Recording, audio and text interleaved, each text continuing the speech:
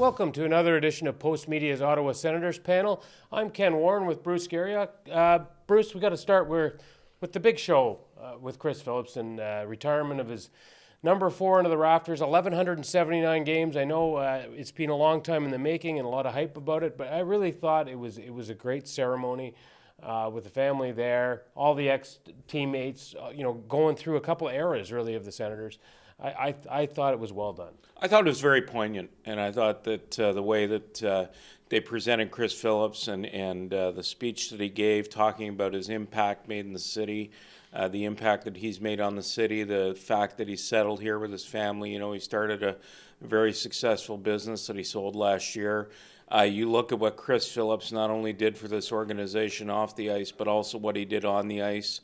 As you said, 1,179 games, a franchise leader in games played, 71 goals in his career, but 71 great celebrations with all of those. I thought it was just a very nice evening for Chris Phillips and his family. The number 4 lifted to the rafters, and I think that if you look at the whole ceremony, I think it was very, very well done. Yeah, I brought some props just in case anybody missed it at all. Here's some pictures, the fine photographers we have here. Just of what it was all about. Bruce and I scribbled a couple of words about it, I think, here or there. You talked about his impact in the community. There's something about this community, and maybe it's the same way other places, but he's rooted here, and it is a family guy. The community, staying in the community, being able to still have, a somewhat, a life that other people can relate to, and I think that's a big part of this. Well, and one of the things I was saying to somebody, Ken, is, I know he's from Alberta, and he was born in Fort McMurray, and he grew up there.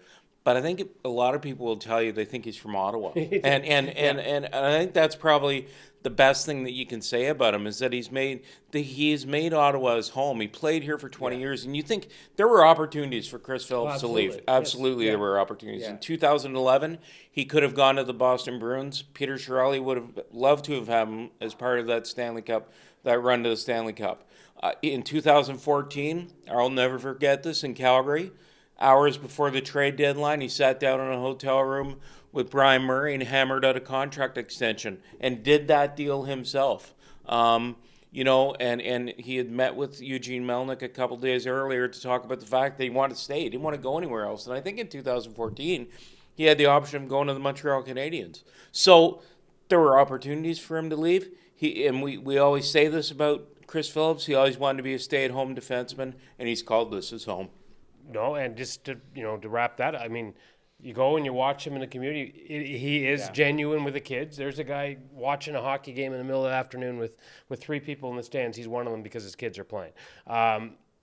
We talked about how the players maybe responded to that. Not the greatest game to start with, but a lot of stuff around it. It's weird. I mean, we talk about Jean-Gabriel Pageau's impact. We'll get to him in a second. Number 44 scores 4 points, 2 goals, 2 assists.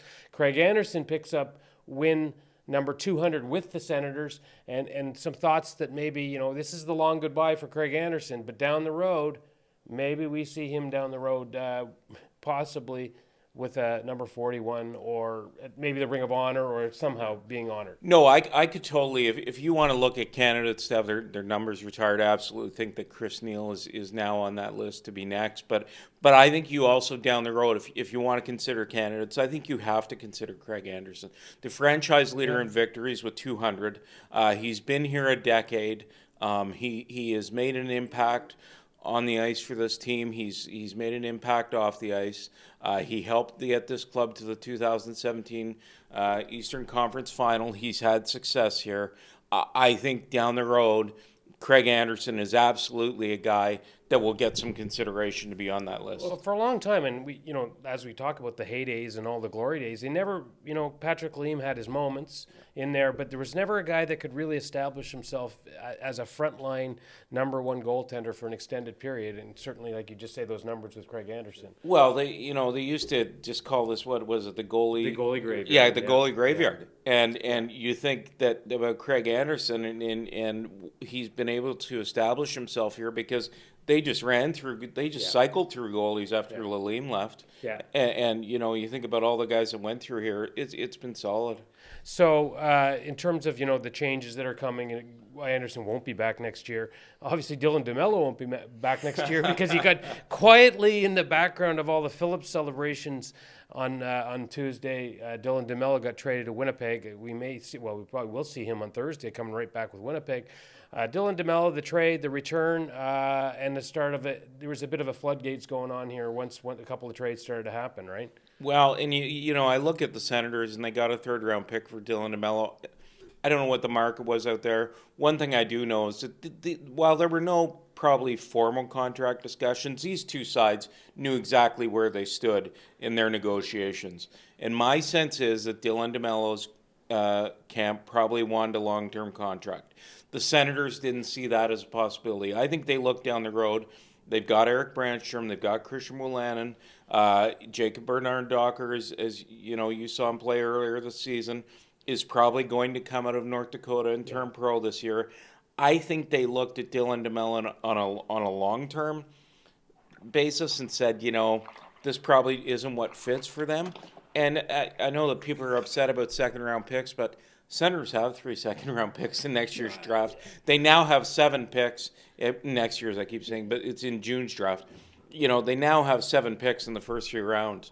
You can only have so many picks. Well, I would have liked to have seen them get more, quite frankly. I don't know, but I don't know if you could get more for Dylan DeMello because I know he's highly valued here, and I know he played a lot of minutes. Yeah.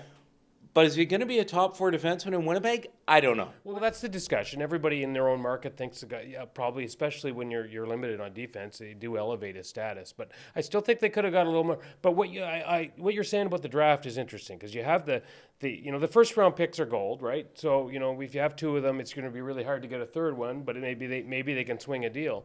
But with all the thirds and the seconds, if there's somebody there, after their own second, they can use and move all these things. We see it happen all the time. It gets a little crazy on the draft floor. If a scout, comes to, or Pierre's seen a guy himself, say, hey, we need to get that guy, so then we'll, transfer 2 or 3 picks to another team and move up. Well, even if you think about that situation, and this is different, though, they did that with Bernard Docker. Yep. He had a lot of offers for that 32, and he was willing to move back, and his scouting staff said, no, keep 32 because this is the guy we want. So the other thing that can happen with those draft picks is they could turn them into players this summer because obviously, given the fact that they have 10 unrestricted free agents, they're going to have to do some maneuvering in the summer to get this roster together. Well, yeah, that's a lot of picks, and you only have so many. You can only sign 50 players eventually, right? Speaking of trades, and that's what we do here is talk about trades. Jean-Gabriel Pageau, and he's coming off a 4-point night here, 2 goals, 2 assists. Another heart and soul guy on a night when it was all about heart and soul. Very difficult situation for the Senators because you're talking long-term, committing. If you're going to sign him, it's going to be long-term. If you're not going to sign him, you need a big return. This is a really intriguing time for the Senators and what they're going to do here. Well, and I think as we sit here right now, I think if we had a coin and flip it, because I still think that this could go either way. I still think that Jean-Gabriel Pageau could sign an extension here in the next 48 to 72 hours. I also think he could be traded before Monday's deadline. I don't have a sense of where they're at, but I do think that there will be one more run at Jean-Gabriel Pageau before they make a decision on his future. I look at his situation. I don't think they can go too long-term with him, given the role he's going to play for this team.